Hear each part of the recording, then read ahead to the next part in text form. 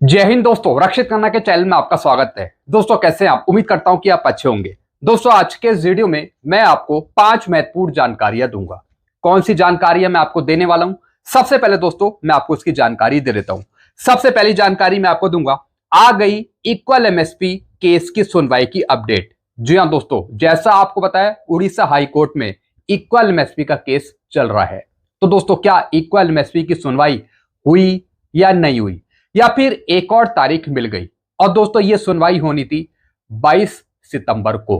तो एक latest update मैं आपको दूंगा इक्वल एमएसपी की सुनवाई पे। फिर दोस्तों एक और मैं आपको जानकारी दूंगा, आ गई 8 सीपीसी की रिपोर्ट सर्वे की। जी हां दोस्तों, जैसा कि आप थंबनेल में भी देख रहे हैं, आ गई 8 सीपीसी की सर्वे की रिपोर्ट 9 महीने बाद। जी हां दोस्तों, एक सर्वे करा गया था पेंशनर से और सरकारी कर्मचारियों से 8 सीपीसी पर। जी हां दोस्तों, तो उसी की एक रिपोर्ट आई है जिसकी पूरी जानकारी मैं आपको आगे दूंगा। फिर एक और मैं आपको जानकारी दूंगा, नोशनल इंक्रीमेंट पर पे एंड अकाउंट ऑफिस का जवाब। जी हां दोस्तों, नोशनल इंक्रीमेंट पर एक पेंशनर्स ने सीपी ग्राम में कंप्लेंट डाली थी। तो दोस्तों पीओआर की तरफ से, पे एंड अकाउंट ऑफिस की तरफ से एक महत्वपूर्ण लेटर जारी करा गया है पेंशनर्स के नाम और रिकॉर्ड के नाम। क्या है पूरा लेटर? क्या आपको नोशनल इंक्रीमेंट मिलेगा, कैसे मिलेगा, सारी जानकारी दी है पी एंड एओआर ने, पे एंड अकाउंट ऑफिस ने। लेटर दिखाकर आगे समझाऊंगा। फिर एक और मैं आपको जानकारी दूंगा, भारत सरकार वित्त मंत्रालय का आदेश जारी 19 सितंबर 2025 का। जी हां दोस्तों, एक लेटर जारी करा गया है भारत सरकार वित्त मंत्रालय का 19 सितंबर 2025 का। और दोस्तों ये लेटर है सभी मंत्रालयों के लिए और सरकारी कर्मचारियों के लिए। क्या है पूरा लेटर, आगे समझाऊंगा। फिर दोस्तों लास्ट इंफॉर्मेशन मैं आपको दूंगा, कुछ पेंशनर्स का कहना है कि हमें स्पर्श पर नहीं रहना है, हमें स्पर्श अच्छा नहीं लगता। तो क्या हमारा ट्रांसफर दोबारा बैंक में हो सकता है, सीपीपीसी में हो सकता है, जहां से हम पहले पेंशन लेते थे? तो दोस्तों क्या आपका ट्रांसफर दोबारा स्पर्श से निकलकर बैंक में हो सकता है? क्या है पूरी कार्यवाही, आगे समझाऊंगा। ट्रांसफर हो भी सकता है, नहीं हो सकता, एक छोटी सी एडवाइस दूंगा। तो दोस्तों बस यही 5 जानकारियां जो मैं आपको देने वाला हूं, जैसे कि दोस्तों मैंने थंबनेल में भी लिखा हुआ है। वीडियो में आगे बढ़ने से पहले एक छोटी सी अपील मैं आपसे करूंगा, और अपील है चैनल सब्सक्राइब की। देखने में आया है सिर्फ 34.1% ऐसे पेंशनर्स हैं, फैमिली पेंशनर्स हैं जो बिना चैनल सब्सक्राइब किए ही वीडियो देख रहे हैं। जिससे क्या हो रहा है, मेरी जानकारियां, इंफॉर्मेशन उन तक सही समय पर नहीं पहुंच रही। तो दोस्तों मैं आपसे अपील करता हूं, आपसे आग्रह करता हूं कि अगर आप पहली बार मेरे चैनल पे विजिट करते हैं या फिर वीडियो देखते हैं, तो दोस्तों सबसे पहले आप चैनल को सब्सक्राइब कर लीजिए, ताकि मेरी जानकारियां, लेटेस्ट इंफॉर्मेशन, एडवांस जानकारियां आपको तुरंत मिल पाए। चैनल सब्सक्राइब करने के या फिर वीडियो देखने के आपको एक भी पैसे नहीं देने। फ्री में आप चैनल सब्सक्राइब करें, फ्री में आप वीडियो देखें और फ्री में आप मेरी हेल्प ले सकते हैं।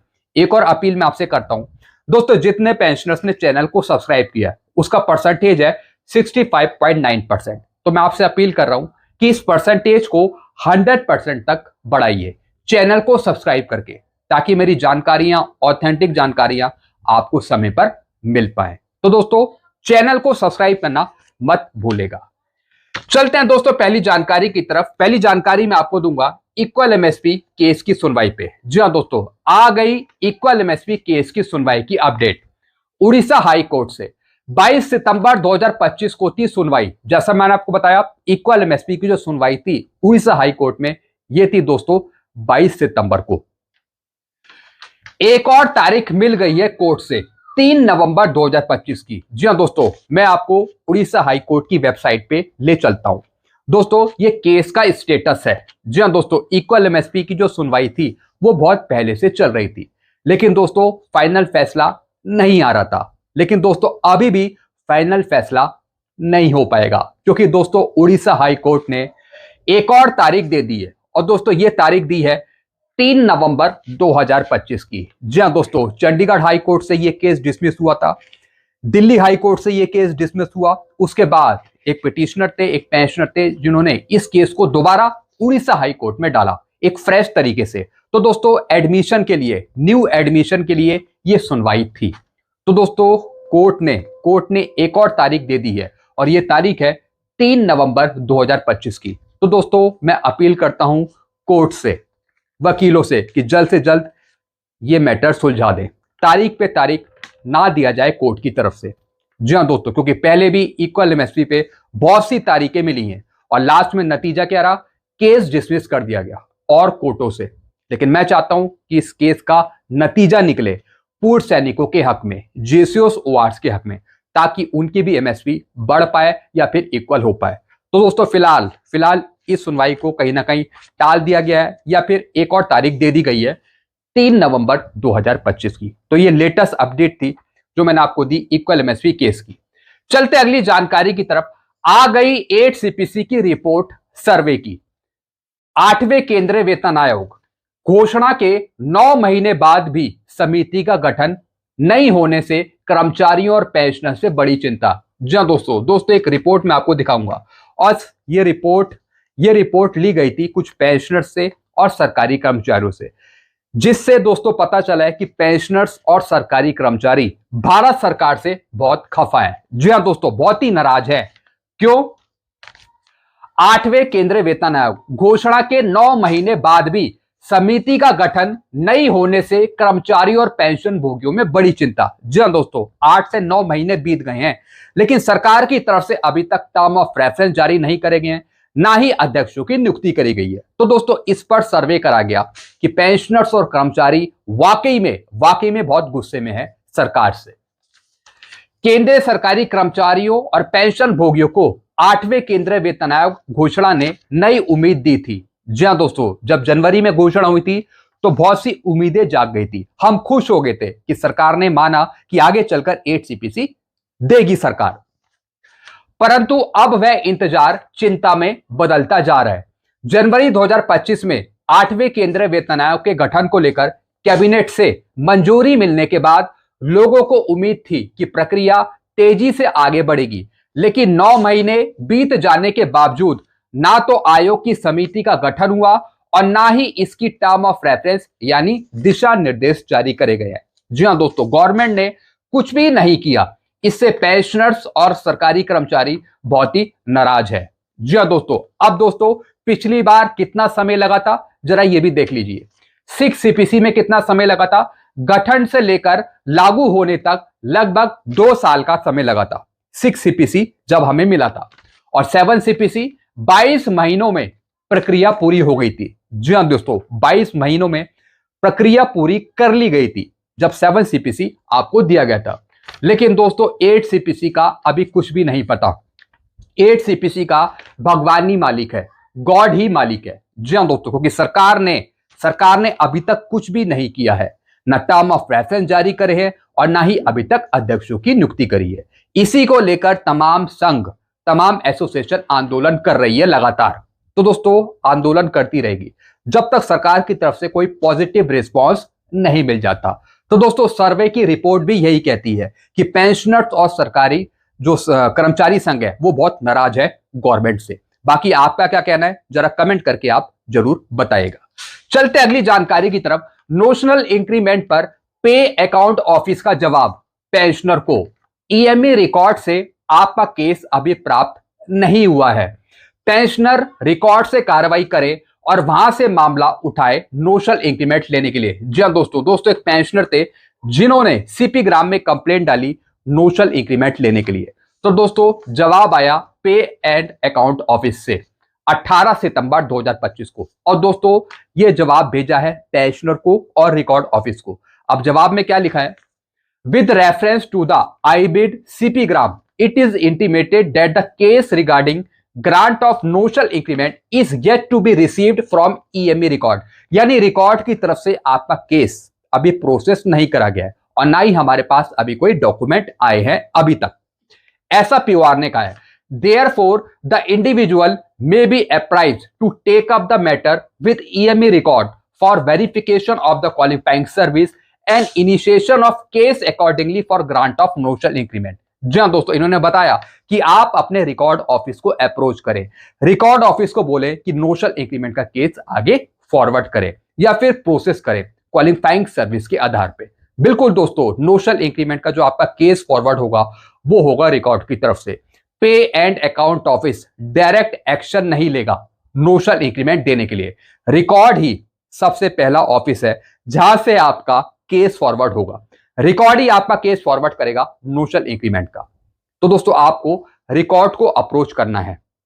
अगर आप जून में रिटायर हुए तो आपको जुलाई का इंक्रीमेंट मिलेगा। हालांकि दोस्तों ये पेंशनर्स जून में रिटायर हुए थे तो इनको जुलाई का इंक्रीमेंट मिलेगा। और दोस्तों अगर आप दिसंबर में रिटायर हुए तो आपको जनवरी का इंक्रीमेंट मिलेगा। तो नोशनल इंक्रीमेंट लेने की जो आप कार्रवाई करेंगे वो रिकॉर्ड ऑफिस से करेंगे। डायरेक्ट आप पीओआर को कांटेक्ट नहीं कर सकते। डायरेक्ट आप पीओआर को लेटर मत लिखिए, रिकॉर्ड को अप्रोच करिए, वहीं से आपका केस आगे जाएगा, वहीं से प्रोसेस होगा। तो दोस्तों ये जवाब दिया है, साथ ही साथ रिकॉर्ड ऑफिस को भी कॉपी करिए और पेंशनर्स को भी यहां पे बताया है। चलते हैं दोस्तों अगली जानकारी की तरफ। अगली जानकारी है भारत सरकार वित्त मंत्रालय का आदेश जारी 19 सितंबर 2025 का।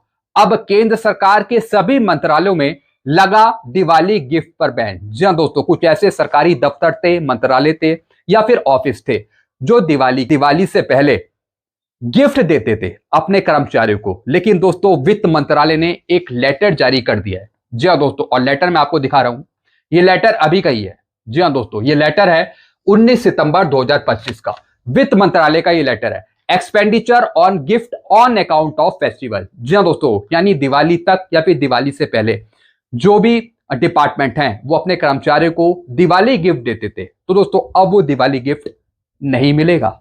बिल्कुल दोस्तों, इन्होंने साफ यहां पे कहा है कि अब ये नहीं देना कर्मचारियों को। केंद्र सरकार में वित्त मंत्रालय के व्यय विभाग ने सभी मंत्रालयों विभागों में दिवाली गिफ्ट पर बैन लगा दिया है। इसे गैर जरूरी खर्च बताया गया है। जी हां दोस्तों, सरकार ने माना है कि यह एक गैर जरूरी खर्च है।